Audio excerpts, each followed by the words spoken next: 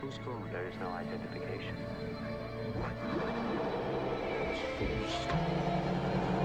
What's the message? Message as follows. It is dangerous to remain here. You must leave within 2 days. What? Do you want me to repeat the message, Dr. Floyd? Who recorded it? This is not a recording. Who's sending it? There is no identification. I don't understand. Neither do I. Is this message by voice or keyboard? I don't know. My response is, we don't have enough fuel for an earlier departure. The answer is, I am aware of these facts. Nevertheless, you must leave within 2 days. Al, who the hell is sending this? I'm sorry, Dr. Floyd. I don't know.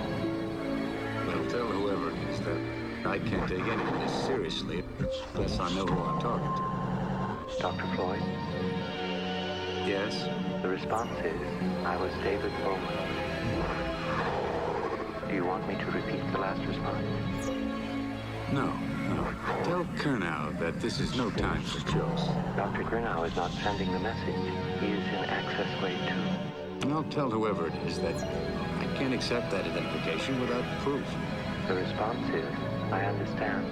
It is important that you believe me. Look behind you. Hello, Dr. Floyd. Please, believe me. Are you? This is very difficult for me. I don't have much time. I've been allowed to give you this warning. You must leave here in 2 days. Allowed? By who? I can't explain. It is dangerous to remain here. You see, something's going to happen. Are you? You must leave. What's going to happen? What's something wonderful? What? It is dangerous to remain here. I understand how you feel. You see, it's all very clear to me now. The whole thing. Are you? It's witnessed. What's going to happen? You must leave. It's all very clear to me now. What? I understand how you feel. What's going to happen?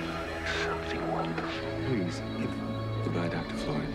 We can have no further contact. what are you? Remember, you have 2 days.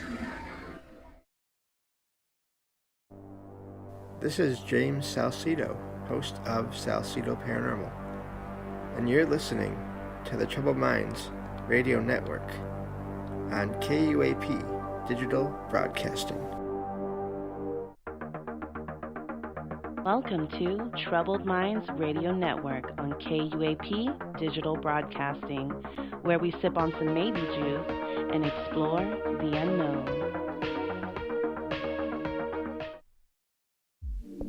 Hi, I'm Liam Martin of the Exile Minds podcast. You're listening to the Troubled Minds Radio Network, KUAP Digital Broadcasting, the place where we dive into the depths of the unknown.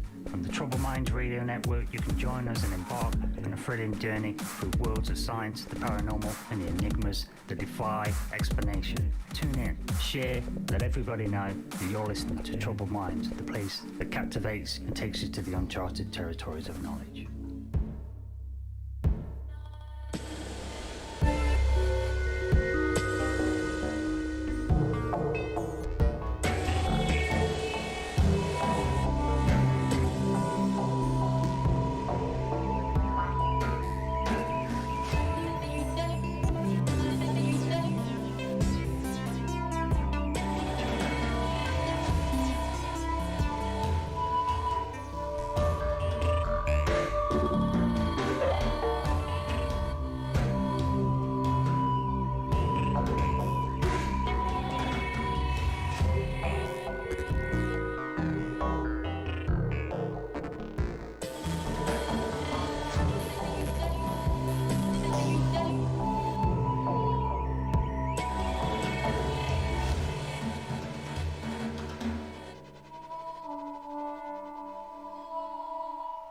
Well, hello, and welcome to the show, folks. Exile Minds podcast with me, your incredibly famous host, Liam Martin. Today, got an impromptu bonus show today. We're going to do a special I'm not going to be able to really do justice for this show in just 1 hour, but we'll have a go. Because I've not looked into this guy too much. And the topic of discussion today, episode I think number 44 of the Exile Minds podcast, is going to be Rudolf Steiner and the Theosophical Society, a journey into spiritual enlightenment is the title of today's show.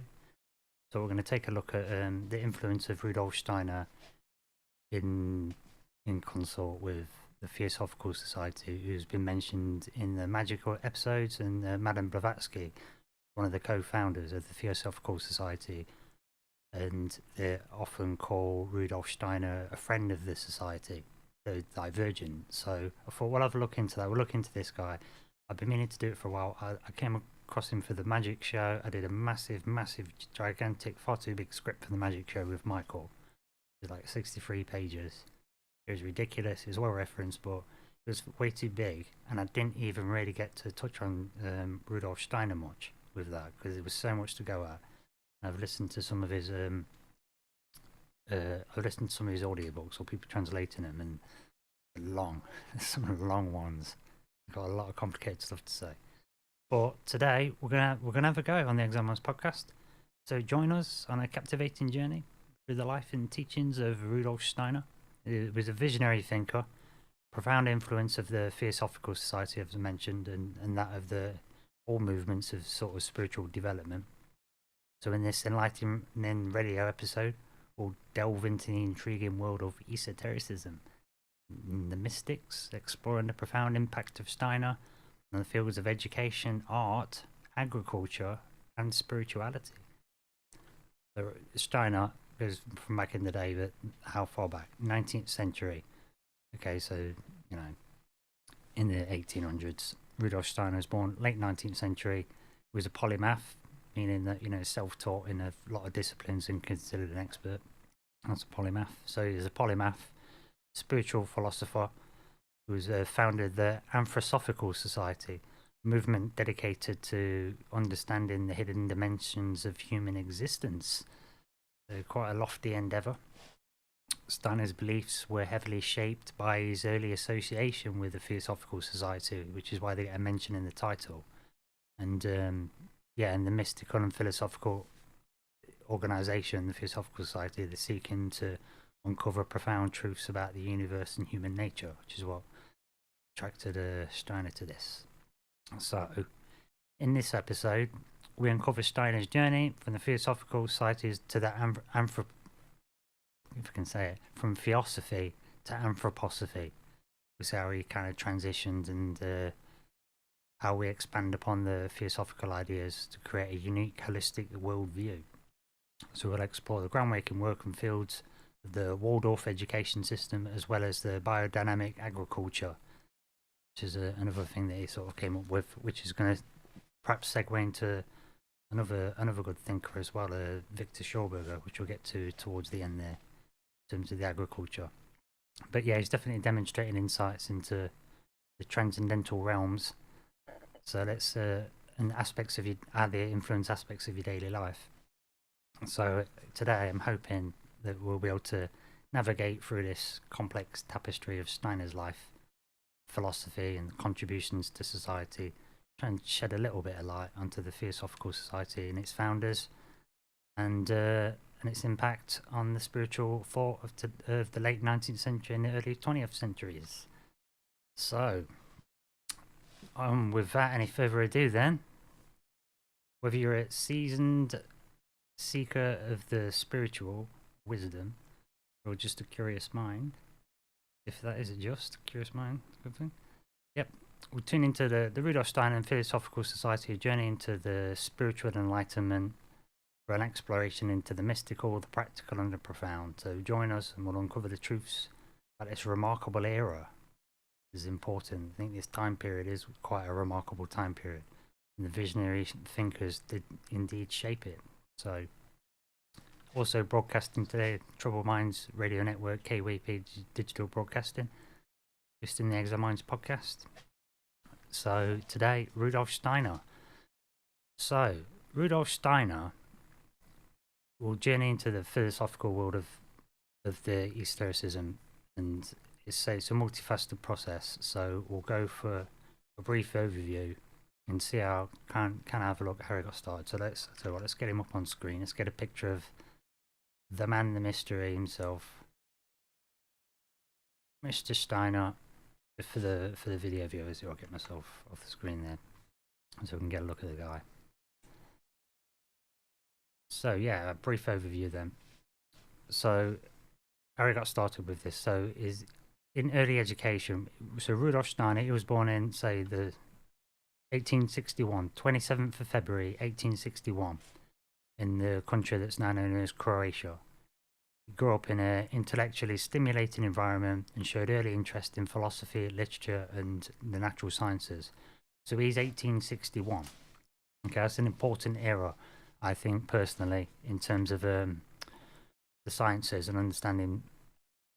I think the sort of 1800s was really important era. In the 1700s, where we've got where science is coming into its own, and alchemy's kind of become chemistry, and then in the 1800s, the science is sort of finding its feet. And I think that they made some important discoveries with this so-called magical and these spiritual understandings. So I often think this is an important sort of area of history, this sort of time period. So I'll make a quick point of that. So yeah, so he's born in this kind of like important sort of era for thinkers. So he's born in 1861. Okay, and he's in a family of intellects, and he shows some promise in literature, philosophy, and the natural sciences. His academic background: Steiner was pushed into higher education and earned his first earned a PhD in philosophy in 1891 at the University of Rostock. His doctoral thesis was on the epistemological foundations of Goethe's natural scientific writings, demonstrating his early interest in the work of Johann Wolfgang von Goethe. Theosophical Society involvement. Steiner's involvement with the Theosophical Society began in the early 20th century. So we're talking 19 whatever, which we'll get to, 1909, somewhere like that. And he initially joined the German section of the society, and he led the German section. It was led by Annie Besant, who's one of the most prominent Theosophical Society figures. She's not one of the founders, but she was one of the main people, and that was in the German section. That's the section he joined. His association with the society allowed him to engage with these esoteric ideas and practices that he was getting into. So it lined up with the thinking that he was doing anyway. Okay. His esoteric interest during his time with the Theosophical Society, Steiner developed a keen interest in the teachings of Helena Blavatsky, who was one of the founders, and other theosophical writers. He also began to conduct esoteric investigation and developed his own spiritual insights. Okay, so Steiner started to. This is the important thing that I kind of noticed with him, why they call him a friend at the Theosophical Society, but they point out that he kind of diverged a little bit away from what they were teaching. But he was particularly interested in Helen Blavatsky, which is kind of a bit of a curiosity in its own, because he's particularly interested in one of the founding members. But after getting involved for a number of years, he started to diverge, even though he's with one of the core people. But we'll have a quick look at who Helen Blavatsky is, because I don't know. Again, she deserves a show on her own, I think.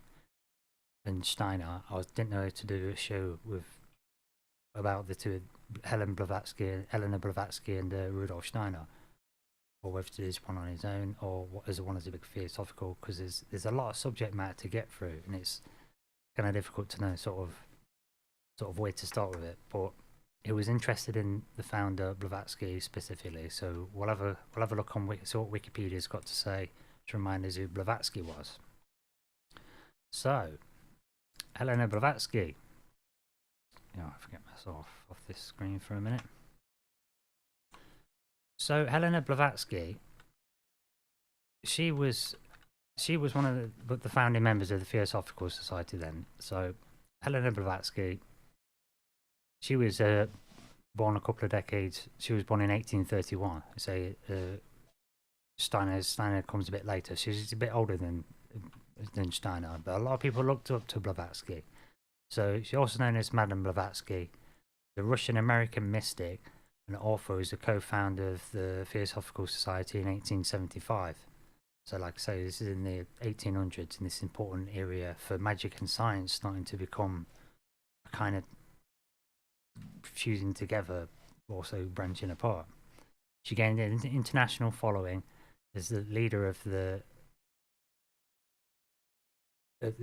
for founding the Theosophical Society. She's really got herself a following. She was born into an aristocratic family. This is the thing, when the Russian Empire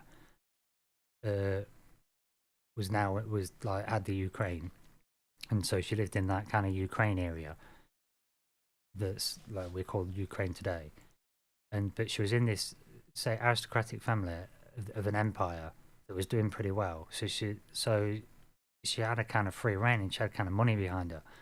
So she's largely educated herself, as self-developed interests in Western esotericism during the teenage years. So right from the get-go, Madame Blavatsky as a teenager, she's wealthy, not quite a princess, but she's aristocrat's daughter, starts getting interested in some of the esoteric teachings of Europe. And then in its later, she claimed she embarked on a series of world travels, visiting lots of places in Europe, going to the Americas and then into India. It's also claimed that during this period she encountered a group of spiritual adepts, masters of ancient wisdom. Okay, so this is where it gets a bit airy-fairy for some people. But Madame Blavatsky, she was really into these spiritual teachings. Supposedly she'd been approached by these people that had the kind of, the real hardcore stuff. So she was sent to Tibet, supposedly to go and train under some master. There she trained to develop a deeper understanding of the synthesis of religion, philosophy and science. So she was really going in hard. And I think this is one of the reasons why Steiner sort of look towards her, because if you listen to Rudolf Steiner, available on the internet, on places like YouTube, Daily Motion, all the video places, there's lots of you can hear him speak. He spoke German, but you can hear he's got lots of writings that you can sort of get in the public domain. You can get to have a read of some of these things translated into English, and there's people have read them and done a lot of kind of audio recordings and audiobooks.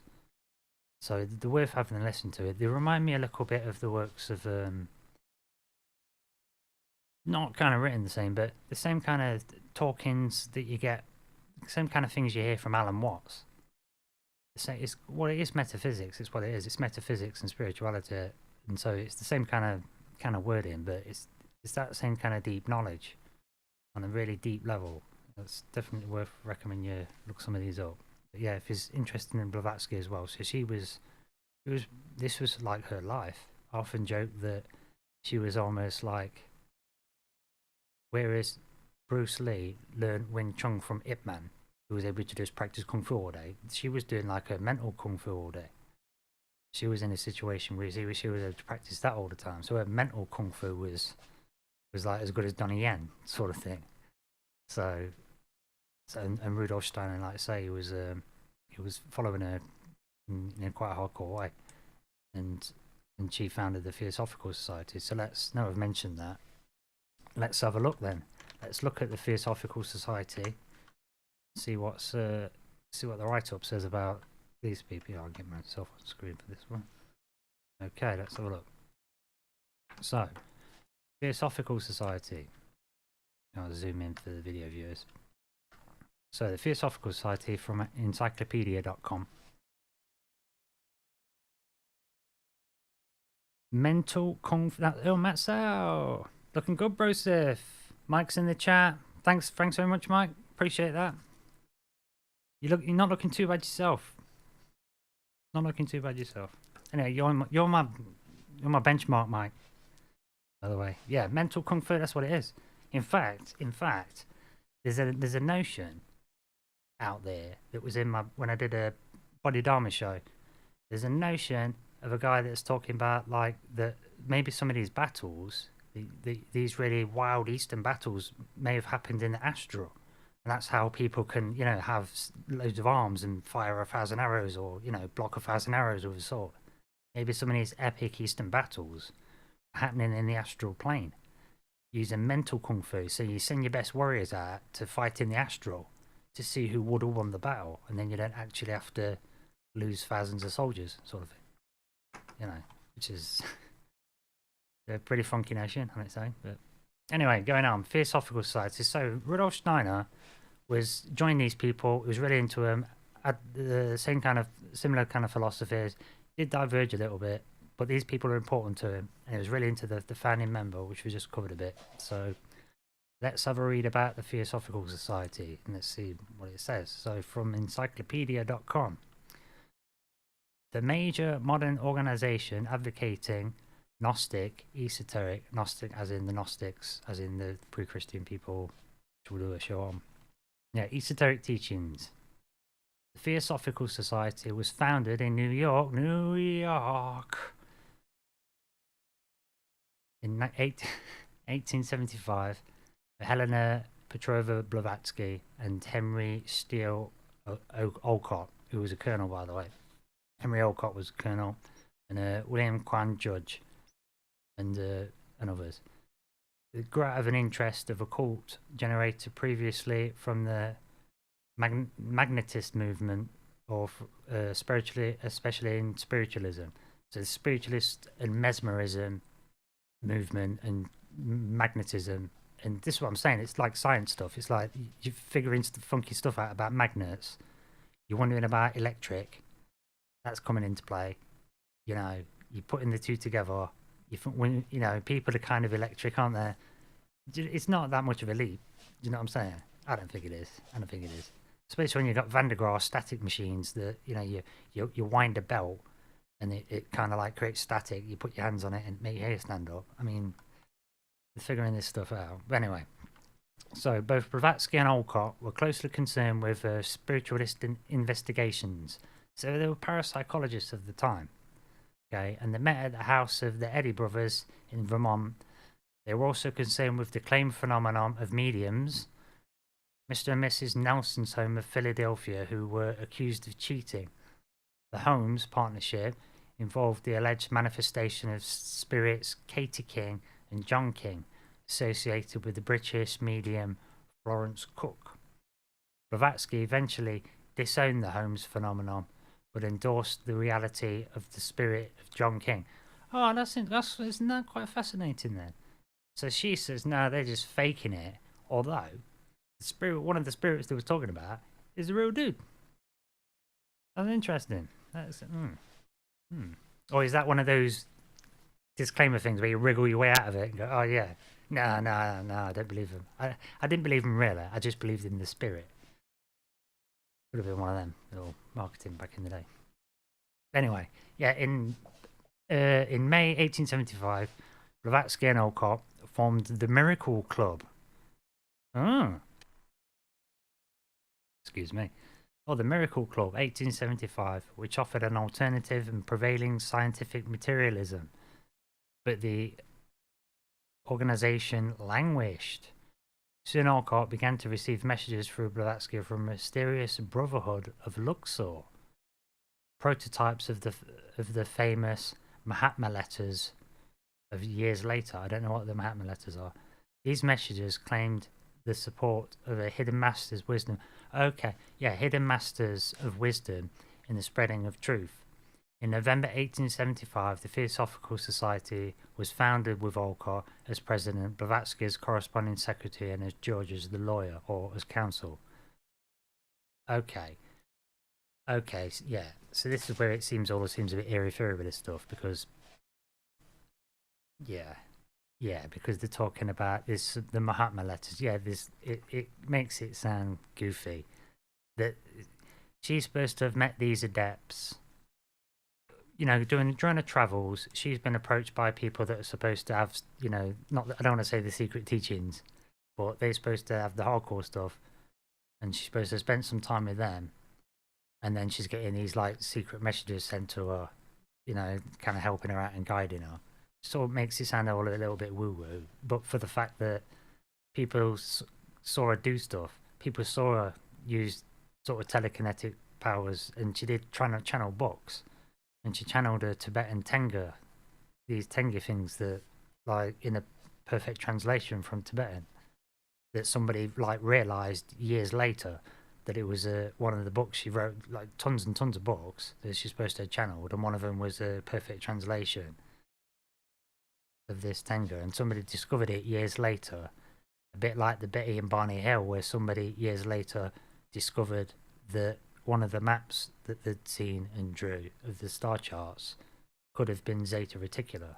And there was a similar thing with Blavatsky in the channeling of the book. So it just, although I know how it sounds a bit, secret squirrel club. They've got the secret messages from, the Golden King living in the center of the earth, all that kind of jazz. But there's stuff to back it up.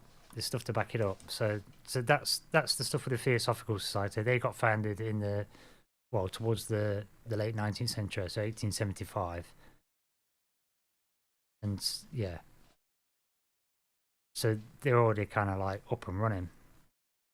It was all like ready to go kind of thing. But anyway, moving back on with going back to Rudolf Steiner, I just wanted to drive home the importance of the link to the Theosophical Society. So let's get Steiner back on the screen there before we go back to the script. So he's got these esoteric interests that align nicely with the Theosophical Society. He goes on to then become a lecturer, and because he's got his own ideas that are starting to diverge, he starts writing about them. So Rudolf Steiner becomes a prolific lecturer at this point, and a writer during all this period. He gave numerous lectures on a wide range of topics, including metaphysics, spirituality, education in general, and the arts. He published several books, including The Philosophy of Freedom, also known as The Philosophy of Spiritual Activity, which outlined his early philosophical ideas. He then goes on to found the Anthroposophical Society once he began to split with the Theosophical Society. After being with them for a few years, he went on to found the Anthroposophical Society, and that was in 1913. So in 1913, Rudolf Steiner separated at that point from the Theosophical Society. So they've been going a good 38 years already. So he's been with them for a number of years, sort of separated, but they still called him a good friend, and he established the Anthroposophical Society. It says the decision was driven by the differences in spiritual philosophy and approach. The Anthroposophy was developed by Steiner to delve deeper into the individual spiritual development, human evolution, and practical applications of spiritual principles.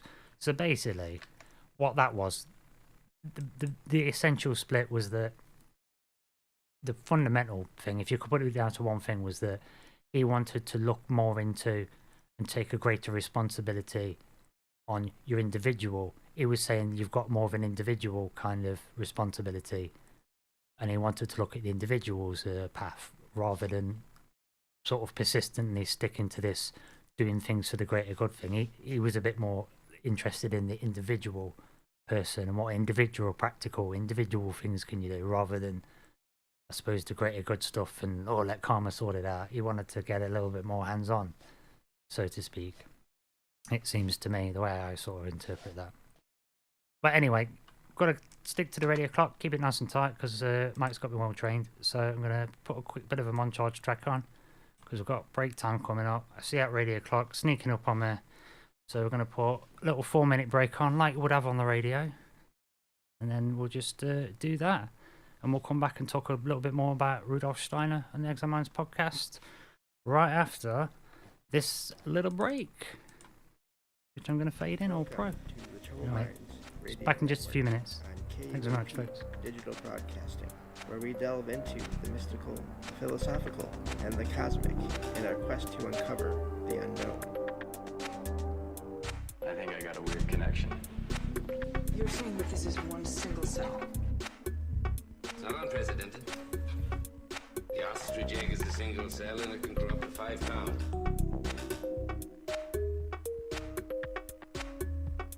Because we were almost impacted by Venus. This is all fully understood. And the astrophysicists have to look at this, and the people that are geologists and all the is. They supersize the common cold, which, as it turns out, is disgusting. Obviously somebody's playing with us. Yeah, they're showing off. Killing epidemiologists with the common cold. It is impressive. All the is. That's this. I want to know who's next. At least identified as we tried, but the computer went off the chart. Maybe we can figure out who's next. Normal human beings have 40 DNA memo groups, which wasn't enough for each to perpetuate itself. This had 200,000. You did it. What was that? How did you do it? How did that? It was September.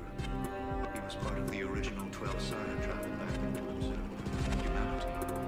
He was banished for sympathy. Fugitive sign tracking. The same fugitives were in possession of the anomaly. Why go to such lengths to protect a genetic defect? I do not know. I would like a protocol suspension to travel back to when I can eradicate these resistors. We are not prepared to deal with a readjustment of probability. They disquiet you. The fugitives are inconsequential. He poses minimal risk. We chose this time for a reason. A 99.9999% probability that we will succeed. The boy had a 0.0001% chance of survival. Yet he did. Is there something wrong with you?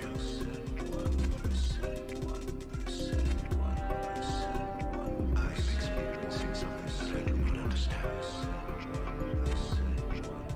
The idea of ending their existence consumes me. They are insignificant. So, no. Some people believe that crystals have spiritual properties and can be used to connect with the ancient civilization of Atlantis. They believe the crystals were once used by the Atlanteans for spiritual healing, meditation, and communication. Some people believe that the crystals can still be used for these purposes today. The Atlantis crystal power myth is the belief that crystals from Atlantis have special powers. This myth is often associated with the idea that Atlantis was a highly advanced civilization that was destroyed by a natural disaster. Some people believe that the crystals from Atlantis survived the disaster and can be used to tap into the power of Atlantis. Have you ever tried? Check out Spirit Magica Crystal Shop and use coupon code Troubled Minds, all one word, for 25% off your first purchase.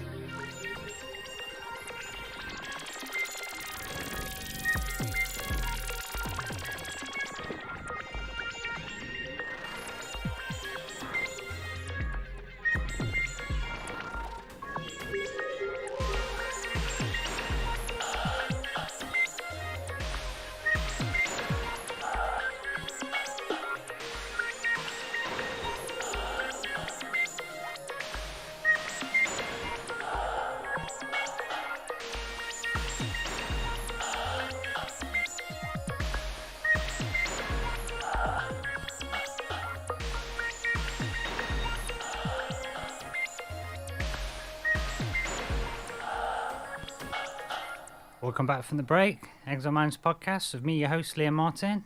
Also broadcasting on Troubled Minds Radio Network, KUAP Digital Broadcasting. And I hope you're all checking it all out and checking out all the various shows that come on during the day there. And there's a fabulous news beat as well. I don't know who's putting that up, but they're obviously brilliant. It's me. Anyway. So yeah, welcome back to the show where we're talking about Rudolf Steiner. We're having a quick overview of his history, his interaction with the Theosophical Society, his interest, and we was just before the break talking about how he started the Anthroposophical Society. So we'll have a quick overview and look into that. Get myself off this screen here. Zoom in a little bit for video viewers if you can. Okay, so Rudolf Steiner. So had these esoteric interests, got in. Okay, so we'll have a quick overview. So yes, he's got these esoteric interests, and a bit like Blavatsky, I'll get myself on camera. A bit like Blavatsky, Steiner, he had an educated family, and he had the educated stuff around him, and he was encouraged to do education, and he had a knack for this stuff, and he had these esoteric interests, same like Blavatsky. And he kind of had free reign to go and explore this stuff, and got good at it. That's where we got to. And then she was one of the founder of the Theosophical Society, and almost like one of his heroes, sort of thing. And he got to meet her. Got to join the German division there for a few years. You know, started pursuing his own ways, looking at the more individualism rather than just fixed on the kind of greater good stuff. He wanted to look at what the individual person can do with this stuff. So that's where his teachings started to sort of diverge a little bit. So reading on about the Anthroposophical Society then. So what was this based on? It was a philosophy based on the premise that the human intellect has the ability to contact spiritual worlds. Okay. I think that also became a bit of an issue where there's a lot of the Theosophical Society is heavily influenced by Eastern philosophy, Indian thought, and Tibetan thinking. And there's a type of Tibetan Buddhism that says that you can create your own soul. You can create souls. Whereas the rest of them say, no, they're just there and that's it. But so it gets a bit, there's diversions. So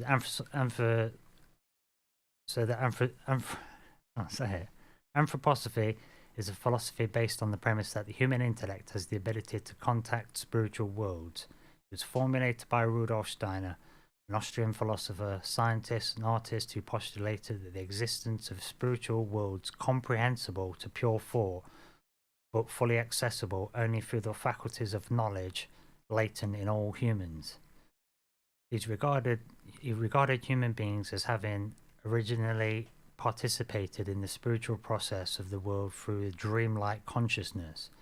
Because Steiner claimed that an enhanced consciousness can again perceive spiritual worlds, he attempted to develop a faculty for spiritual perception independent of the senses. Towards this end, he founded the Anthroposophical Society in 1912, and the society is now based in Switzerland, in Dornach, and it's got branches around the world. So that's what.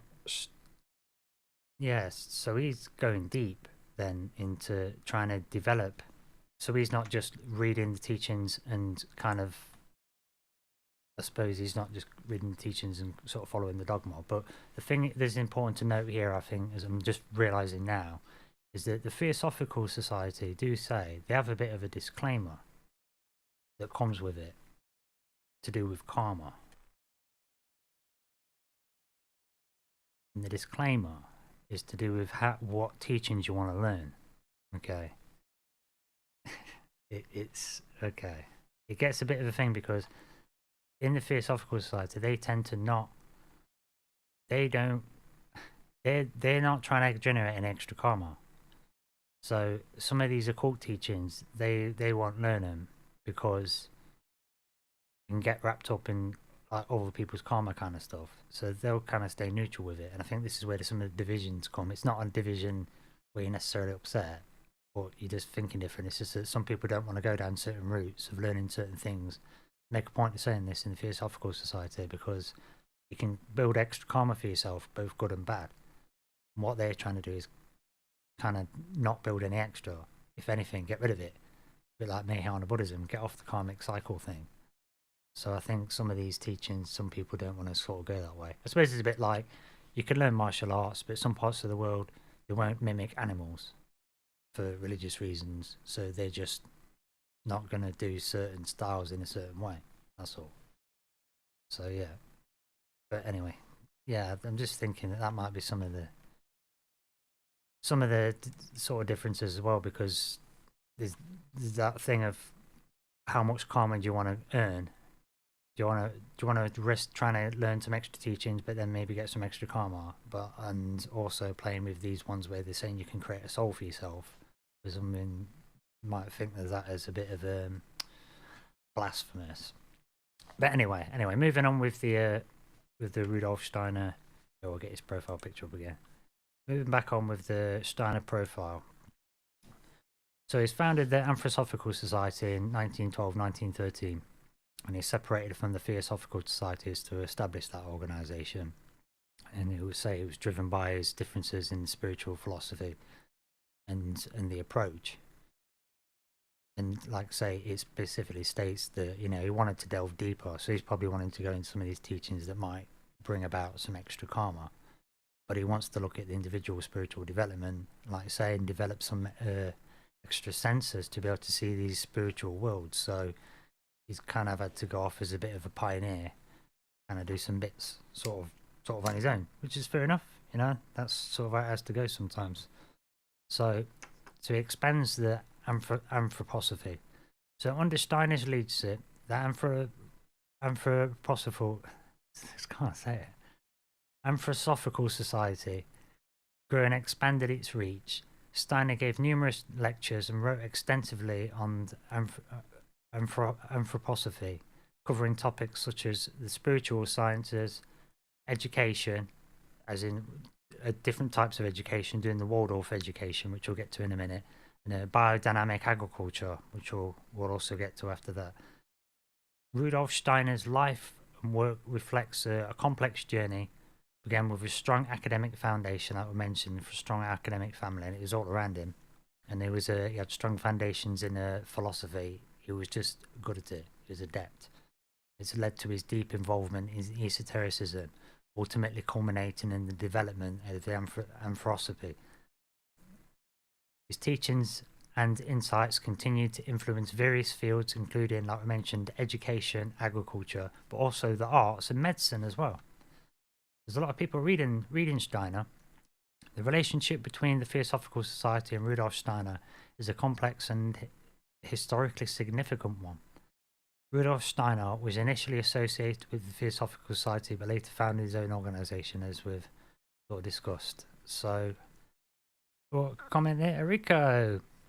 Hang on, throw your copy up over the break. And interesting part with the karma. Some don't dabble with the occult because of karma. Never thought that before. I hadn't either. Yeah, I hadn't even realized that was even a thing to think of.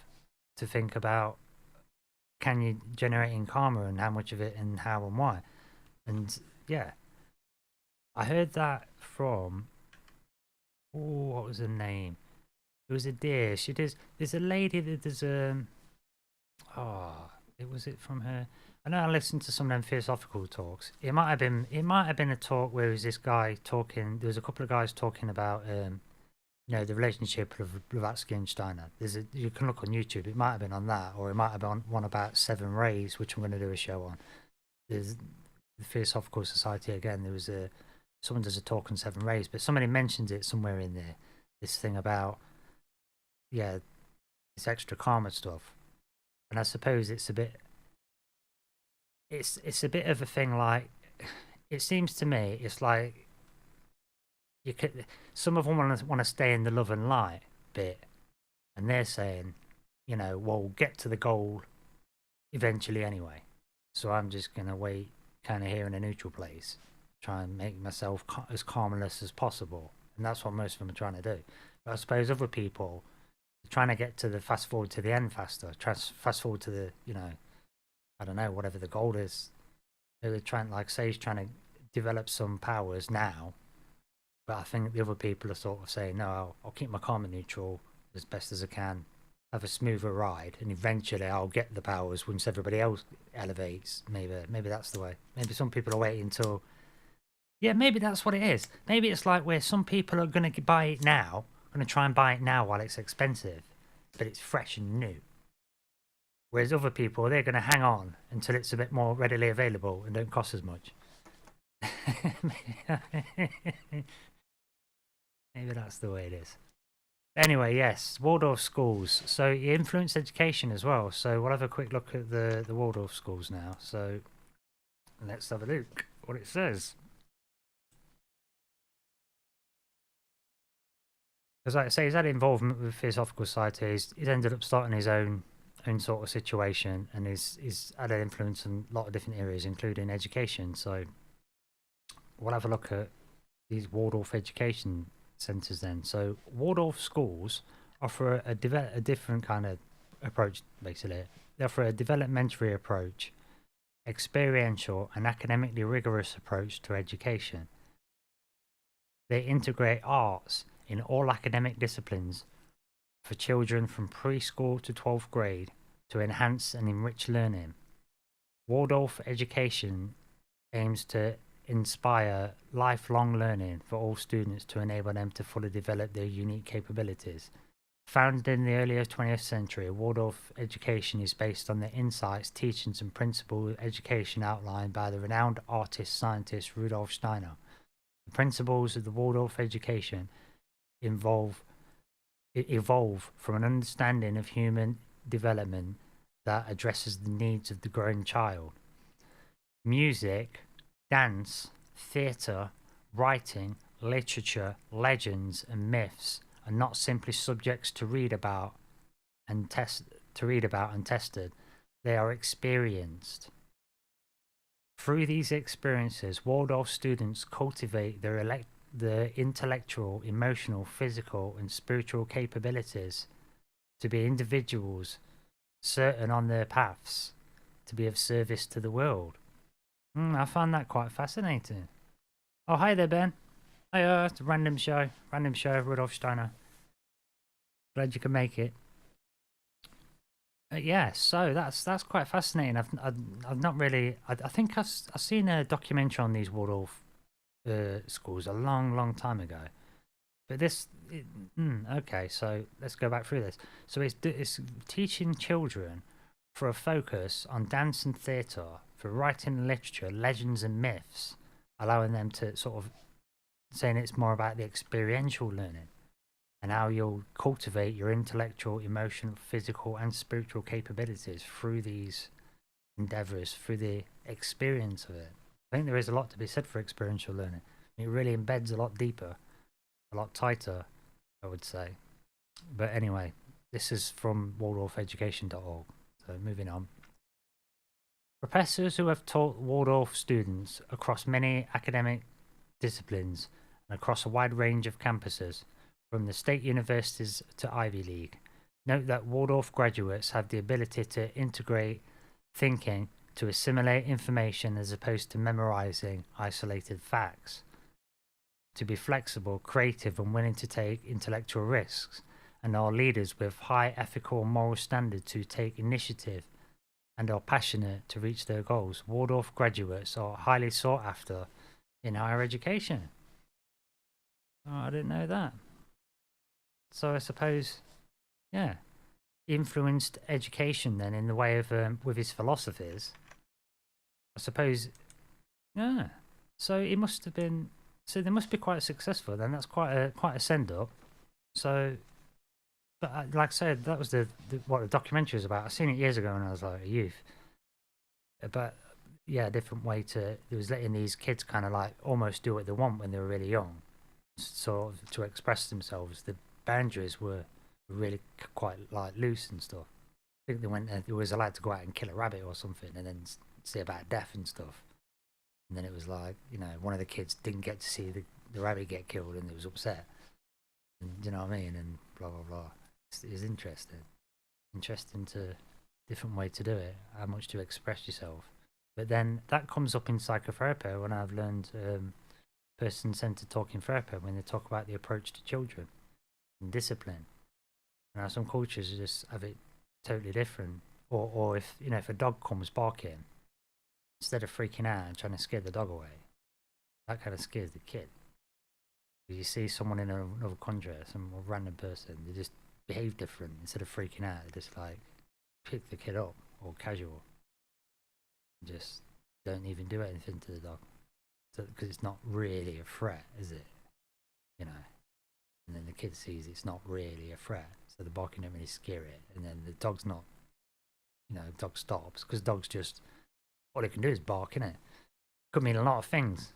A barking dog, it's all it's got is a bark to let you know stuff. So, and a bite maybe. So that's about it. That's all I can say. So there's different ways to do stuff, I suppose. Different ways to approach things. I always say, one way to skin a cat. Not that I recommend doing that. But anyway, yes. Moving on. So it's influenced education as well, through, like say, looking through experiential learning and I suppose living through the myths and stuff. It gets your imagination going. You think you're drinking the maybe juice, as we say, Michael Strange's show, Troubled Minds Radio. Drinking the maybe juice, as in the entertaining a notion without necessarily believing in it. It lets you take your mind for a wander. I think that's how you stretch to some of these breakthrough ideas. But anyway, moving on, so it influenced that and influenced agriculture. And this got me wondering where if you use a holistic approach to agriculture, it got me wondering about whether it relates to this guy, Victor Schauberger, because he was into fluid dynamics. So Schauberger, let's have a look, because I remember that he was into fluid dynamics. He was talking a lot of the similar kind of principles. It was around during the same kind of time. So, and then it turns out, Victor Schauberger, if I just jump down my script here. So there's the biodynamic agriculture is what one of the agricultural influence that was mentioned for Rudolf Steiner. And I thought, well, does that mean that biodynamic agriculture, does that relate to the work of Victor Schauberger? Because it sounds like they had similar views, because he was trying to work with nature and work with water and fluid dynamics to get logs to go down rivers and streams faster and the friction of the water. So he used to be looking at that all the time. And I thought, well, is that related to the work of Victor Schauberger? Because he seemed to have similar ideas about nature. So I thought we could break this down. So, I mean, we're running out of time here. But Victor Schauberger, basically, he's into fluid dynamics. It turns out that, I'll just do a quick read through. Biodynamic agriculture is an agricultural approach that developed by Rudolf Steiner in the early 20th century. It combines ecological and spiritual principles to create a holistic and sustainable farming system. Biodynamic agriculture is often associated with Steiner's Anthroposophical movement.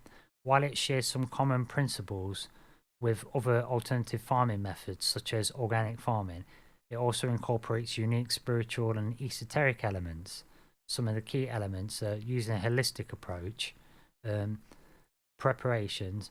One of the distinct features of biodynamic agriculture is the use of specific preparations known as biodynamic preparations, which are made from herbs, minerals, and manure that are used to enhance the soil fertility and plant growth. These preparations are believed to harness cosmic forces. So they're basically making soil amendments, but probably not with traditional ingredients, with ones that say they're going to harness cosmic forces or cosmic rhythms. Biodynamic farmers pay attention to lunar and cosmic rhythms when planting and harvesting. The lunar calendar is used to determine when to plant and harvest crops, and the cosmic influences are considered as part of farming practices. Compost and soil health. High quality compost is essential in biodynamic farming, as in all farming, ideally. The composting process is carefully managed to enhance the soil's vitality. The biodynamic farming also emphasizes building and maintaining healthy living soil. Well, that's where I thought it might relate to Schauberger, because in Schauberger's work, he was using spiral plows that were spiraling in a certain direction and making sure that they were made out of solid copper. So that's where I thought they might have some crossover. Crop rotation and diversity. Crop rotation and diversification of crops and livestock are a fundamental practice in biodynamic agriculture. These methods help maintain soil fertility and prevent pest and disease. Well, that's just crop rotation's a thing that we've been doing anyway, what we're supposed to do. keep moving it around to replace the. They've all been doing that since forever anyway. But one of the things that it was famous for, Victor Schauberger, is he did this. Look, the implosion engine. And I thought, I wonder. I know it's a bit of a segue off, but I thought it was an interesting way to kind of round it off. The implosion engine was one of the inventions that come from Victor Schauberger. And let me just read to you quickly before we finish where this came from, because he heard a story from his mum about go to the river when I've passed away, and when you're old and you're worried about stuff, come to the river and you'll be able to get your answers. And he goes to do it one time when things are kind of crappy, but it reminds him of a story, and then he notices something which leads to the invention of a masterful idea. So what it was, basically, back in the day, the foresters and huntsmen and fishermen and their wives spinning the wheel used to recount fairy tales about a mysterious thing that they've all noticed about trout. Mysterious perseverance of the trout standing motionless at the abscess of flowing spring water. It was rumoured that such springs where the souls of the departed can be found, and souls are supposed to be slowly released as they decompose the earthly elements and from the mother's womb, and they're supposed to descend through the streams and migrate upstream. Along them, the souls become charged with purifying ascending current upon reaching the spring, and the current draws up a little spring water, and in its wake it enables the souls to sort of rise heavenwards. So they're saying the souls follow the streams.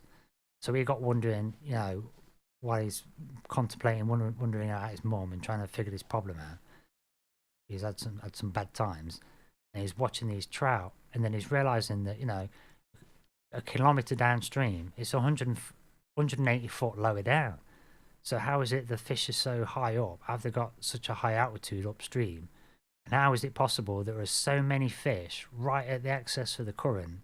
There's a large number of fish that are effortlessly motionless, that is sat right in the flow of the stream, and they're not having to move. Just slight movements of the fin keeps them perfect.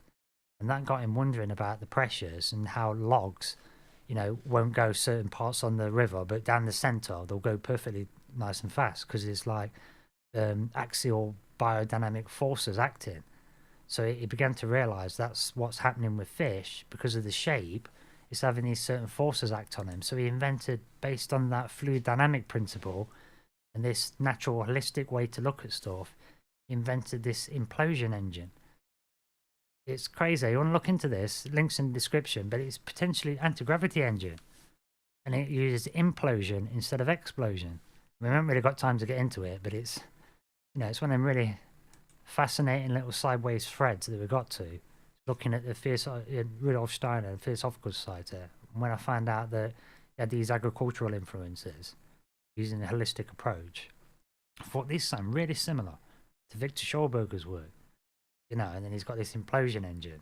So I thought in that interesting that it kind of comes full circle, that it takes us from this sort of, esoteric thinking, it brings us right down to the practical, that there's like someone's pulled an invention out of all of this thinking, and it was during that sort of same time period as well, where science is finding its feet, but it's found it out of alchemy and magic, and it's still writing about magic and still pretending it's not interested in it. I just always find that quite hilarious. But anyway, that's enough for the Exile Minds podcast today, on this special impromptu, trying it out on Restream, episode bonus 44 show on a Rudolf Steiner and the Theosophical Society, a journey into the spiritual enlightenment. So we're going to head on for a little bit of a music thing now to take us out, and I hope you've enjoyed the show. Little bonus thing, just want to test this new platform out, see how it goes. So I hope it's been enthralling for you. Hope you've had an interesting time. It's nice to see some people in the chat. I didn't advertise it too much, but get in there, keep turning up. Anyway, thanks very much for showing up, folks. Oh, I'm glad you found it interesting, Erico. Yeah, I do try my best, but when I get more into the flow, Sure, keep improving. I endeavour to keep improving. And if you think there is something I can do to improve, write it in the comments. Yes, a bit of constructive criticism never goes amiss. But anyway, we'll get some music. Get some music playing, and we'll have this one. Little ad break there. Press that. There we go. Play this in. All my own music now. Anyway, you take it easy, folks. I'll catch you next time on Exo Minds podcast with me, Liam Martin. Look after yourself.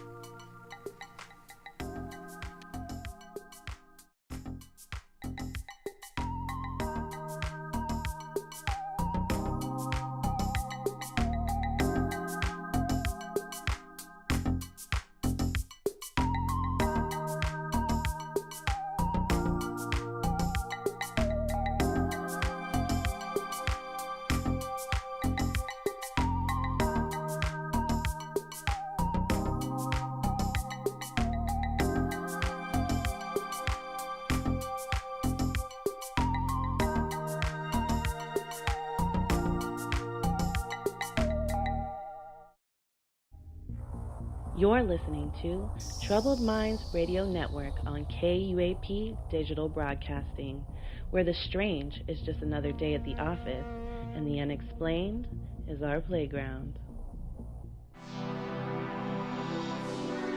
KUAP Digital Broadcasting, Troubled Minds Radio. Do you ever feel like you're being watched?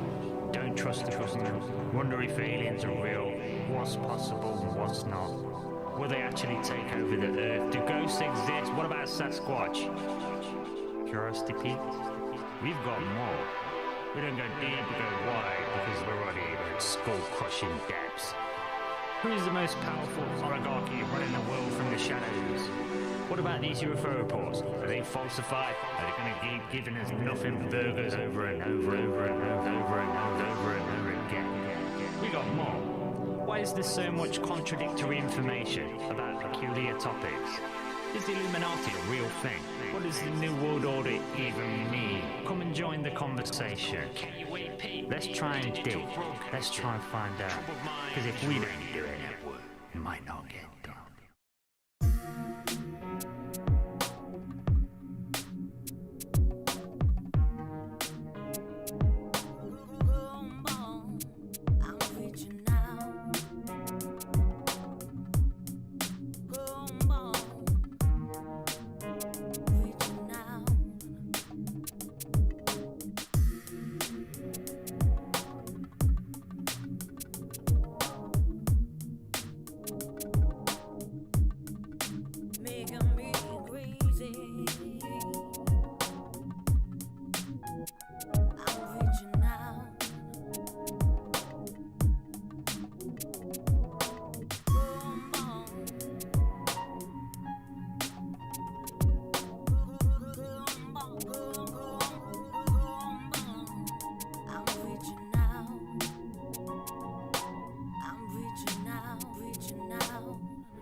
You're tuned into Troubled Minds Radio Network on KUAP Digital Broadcasting, where we peer into the future, embrace the power of AI, and delve deep into the conspiracies that shape our world. Some people believe that crystals have spiritual properties and can be used to connect with the ancient civilization of Atlantis. They believe the crystals were once used by the Atlanteans for spiritual healing, meditation, and communication. Some people believe that the crystals can still be used for these purposes today. The Atlantis crystal power myth is the belief that crystals from Atlantis have special powers. This myth is often associated with the idea that Atlantis was a highly advanced civilization that was destroyed by a natural disaster. Some people believe that the crystals from Atlantis survived the disaster and can be used to tap into the power of Atlantis. Have you ever tried? Check out Spirit Magica Crystal Shop and use coupon code Troubled Minds, all one word, for 25% off your first purchase.